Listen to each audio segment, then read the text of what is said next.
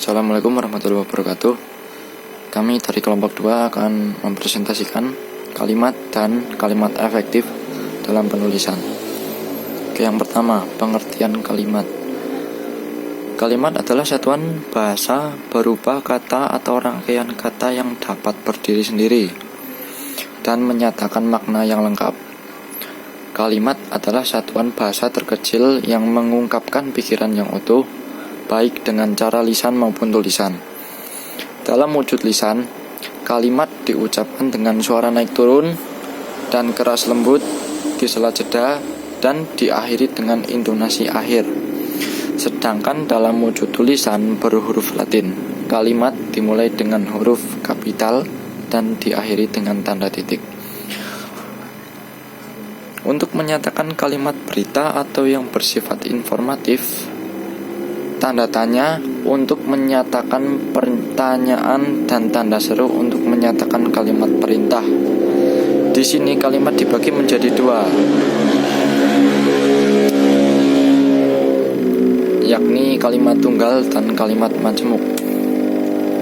Kalimat tunggal adalah kalimat yang hanya mempunyai satu pola kalimat, yaitu hanya memiliki satu objek dan hanya memiliki satu subjek dan satu predikat serta satu keterangan jika perlu. Yang kedua adalah kalimat majemuk. Kalimat majemuk adalah kalimat yang mempunyai dua pola kalimat atau lebih. Kalimat majemuk ini terdiri dari induk kalimat dan anak kalimat.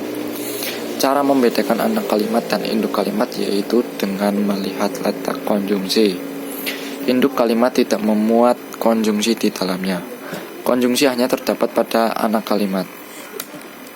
Kalimat majemuk. Setiap kalimat majemuk mempunyai kata penghubung yang berbeda, sehingga jenis kalimat tersebut dapat diketahui dengan cara melihat kata penghubung yang digunakannya. Jenis-jenis kalimat majemuk adalah kalimat majemuk setara, kalimat majemuk kerapatan, kalimat majemuk bertingkat, dan kalimat majemuk campuran. Selanjutnya adalah kalimat majemuk. 1. Kalimat majemuk setara.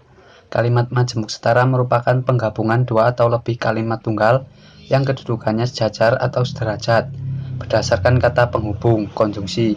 Kalimat majemuk setara terdiri dari 5 macam, yakni penggabungan, penguatan atau penegasan, pemilihan, berlawanan, dan urutan waktu.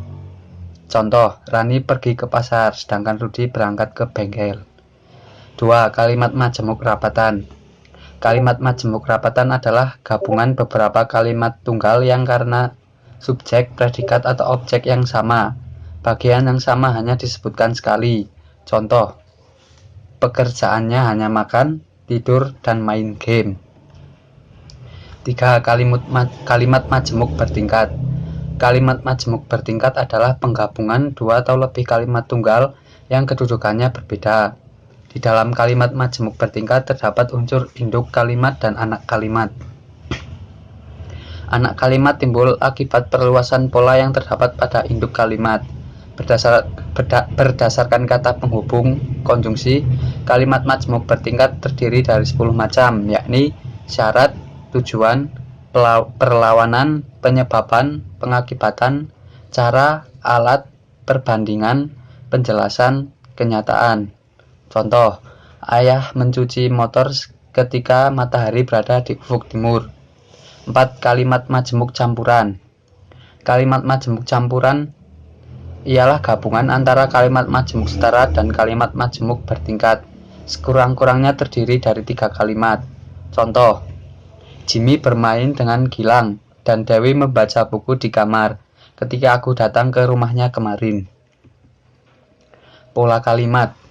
Kalimat yang kita gunakan sesungguhnya dapat dikembalikan ke dalam jumlah kalimat dasar yang sangat terbatas. Dengan perkataan lain, semua kalimat yang kita gunakan berasal dari beberapa pola kalimat dasar saja, sesuai dengan kebutuhan kita masing-masing. Kalimat dasar tersebut kita kembangkan, yang pengembangannya itu tentu saja harus didasarkan pada kaidah yang berlaku. Berdasarkan keterangan sebelumnya, dapat ditarik kesimpulan bahwa kalimat dasar ialah Kalimat yang berisi informasi pokok dalam struktur inti, belum mengalami perubahan. Perubahan itu dapat berupa penambahan unsur seperti penambahan keterangan kalimat, ataupun keterangan subjek, predikat, objek, ataupun pelengkap. Kalimat dasar dapat dibedakan ke dalam 8 tipe sebagai berikut. A. Kalimat dasar berpola SP. Kalimat dasar tipe ini memiliki unsur subjek dan predikat. Predikat kalimat untuk tipe ini dapat berupa kata kerja, kata benda, kata sifat, atau kata bilangan. Misalnya, 1. Mereka atau sedang berenang. Ayahnya guru SMK. Gambar itu bagus. Assalamualaikum warahmatullahi wabarakatuh. Perkenalkan, nama saya Malik Ibrahim, nomor NIM 2020-1556. Saya akan melanjutkan materi dari Mas Wahyal. Pola kalimat. B. Kalimat dasar berpola SPO. Kalimat dasar tipe ini memiliki unsur subjek, predikat, dan objek. Subjek berupa nomina atau frasa nominal. Predikat berupa verba transitif, dan objek berupa nomina atau frasa nominal. Misalnya, mereka sedang menyusun karangan ilmiah. Mereka adalah subjek, sedang menyusun adalah predikat, karangan ilmiah adalah objek. C. Kalimat dasar berpola SPPL. Kalimat dasar tipe ini memiliki unsur subjek, predikat, dan pelengkap. Subjek berupa nomina atau frasa nominal, predikat berupa verba intransitif atau kata sifat, dan pelengkap berupa nomina atau adjektiva.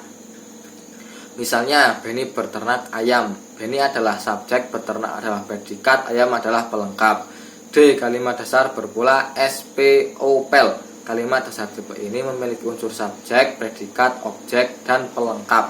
Subjek berupa nomina atau frasa nominal, predikat berupa verba transitif, objek berupa nomina atau frasa nominal, dan pelengkap berupa nomina atau frasa nominal. Misalnya, dia mengirim saya surat. Dia adalah subjek, mengirim adalah predikat, saya adalah objek, surat adalah pelengkap. E. Kalimat dasar berpola SPK. Kalimat dasar tipe ini memiliki unsur subjek, predikat, dan harus memiliki unsur keterangan karena diperlukan oleh predikat. Subjek berupa nomina atau frasa nomina, predikat berupa verba intransitif, dan keterangan berupa frasa berpreposisi. Misalnya, kami memasukkan pakaian ke dalam lemari. Kami adalah subjek, memasukkan adalah predikat, pakaian adalah objek, ke dalam lemari adalah keterangan. F. Kalimat dasar berpola SPPLK. Kalimat dasar tipe ini memiliki unsur subjek, predikat, pelengkap, dan keterangan. Subjek berupa nomina atau frasa nominal, predikat berupa verba intransitif atau kata sifat, pelengkap berupa nomina atau adjektiva, dan keterangan berupa frasa berpreposisi. Misalnya, Leto bermain musik di atas panggung. Leto adalah subjek, bermain adalah predikat, musik adalah pelengkap, di atas panggung adalah keterangan. G. Kalimat dasar berpola SPOPLK. Kalimat dasar tipe ini memiliki unsur subjek, predikat, objek, pelengkap, dan keterangan. Subjek berupa nomina atau frasa nominal, predikat berupa verba intransitif, dan objek berupa nomina atau frasa nominal. Pelengkap berupa nomina atau frasa nominal, dan pelengkap berupa frasa berpreposisi. Misalnya, dia mengirim ibunya uang setiap tahun. Dia adalah subjek, mengirim adalah predikat, ibunya adalah objek, uang adalah pelengkap, setiap tahun adalah keterangan. Assalamualaikum warahmatullahi wabarakatuh. Di sini saya akan menjelaskan kalimat pasif dan negatif. Contoh kalimat pasif. Subjek sebagai kata ganti orang. Saya memasak nasi goreng, itu aktif. Nasi goreng dimasak saya, itu pasif. Dila dimarahi dia, itu pasif. Dia memarahi Dila, itu aktif. Dan subjek bukan sebagai kata ganti orang. Ibu memasak nasi goreng, itu aktif. Nasi goreng dimasak oleh ibu, itu aktif. Dila memarahi dia, itu aktif. Dia dimarahi oleh Dini, itu pasif. Selanjutnya, kalimat negatif. Contohnya, saya memasak nasi goreng, itu positif. Saya tidak memasak nasi goreng, itu negatif. Dia dimarahi Jaka, itu positif. Dia tidak memarahi Jaka, itu negatif. Selanjutnya, bab 3 penutup. Kesimpulan, kalimat adalah satuan bahasa berupa kata atau rangkaian kata yang dapat berdiri sendiri dan menyatakan makna yang lengkap. Satuan bahasa terkecil yang mengungkapkan pikiran yang utuh, baik dengan cara lisan maupun tulisan. Sedangkan kalimat efektif adalah kalimat yang disusun berdasarkan kaidah-kaidah yang berlaku, seperti unsur-unsur penting yang harus dimiliki setiap kalimat. Memperhatikan ejaan yang disempurnakan, serta memilih kata atau diksi yang tepat dalam kalimat. Saran, di dalam pembuatan makalah ini masih banyak terdapat kesalahan baik dari segi isi maupun penulisan. Untuk itu diharapkan kepada pembaca untuk dapat memberikan berupa kritik dan saran yang membangun demi kesempurnaan makalah ini. Dan selanjutnya, jika ingin melihat daftar pustaka bisa dilihat di makalah ini. Ini saya akan menjelaskan kalimat pasif dan negatif. Kalimat pasif, subjek sebagai kata ganti orang. Contoh, saya memasak nasi goreng, aktif. Nasi goreng dimasak, saya pasif. Dia memarahi Dila, aktif. Dila dimarahi dia, pasif. Subjek bukan sebagai kata ganti orang. Ibu memasak nasi goreng, aktif. Nasi goreng dimasak oleh ibu, pasif.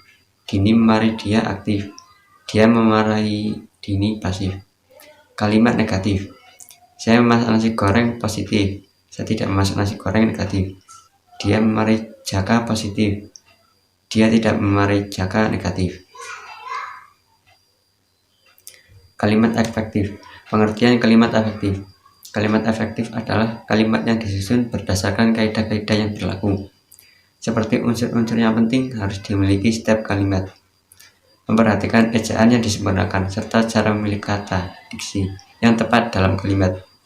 Kalimat yang memenuhi kaidah-kaidah tersebut jelas akan mudah dipahami oleh pembaca atau pendengar. Menurut J.S. Badudu, kalimat efektif adalah kalimat yang baik karena apa yang dipikirkan atau dirasakan oleh si pembaca dapat diterima dan dipahami oleh pendengar. Pembaca dalam bahasa tulis sama benar dengan dimana kita berjumpa apa yang dipikirkan atau dirasakan oleh si penutur atau